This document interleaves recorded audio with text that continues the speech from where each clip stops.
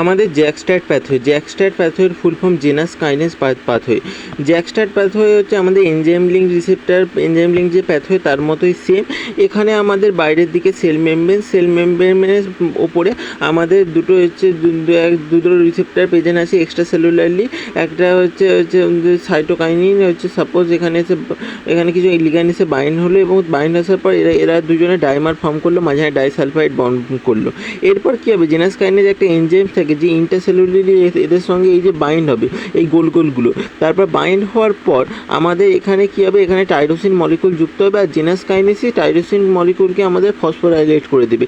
এরপর signal transcription stat আমাদের এখানে এসে বাইন্ড হলো, স্ট্যাটে এসে বাইন্ড হওয়ার পর স্ট্যাটকেও ফসফোরাইলেট করে দেবে জেনাস কাইনেস।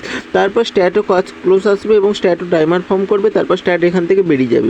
তারপর এখান থেকে স্ট্যাটের ডিসোসিয়েট হওয়ার পর স্ট্যাট আমাদের সেলের নিউক্লিয়াসের মধ্যে ডিএনএর মধ্যে যাবে এবং সেখানে গিয়ে জিনকে অ্যাক্টিভেট করবে, সেখান থেকে এমআরএনএ টিআরএনএ তারপর প্রোটিন তৈরি করবে আর এই প্রোটিন তার ফাংশন পারফর্ম করবে। এইভাবে আমাদের নতুন রিসেপ্টর তৈরি করবে প্রোটিন। এইভাবে আমাদের স্ট্যাট প্যাথওয়ে চলে, এইভাবে স্ট্যাট প্যাথওয়ের ফাংশন চলে।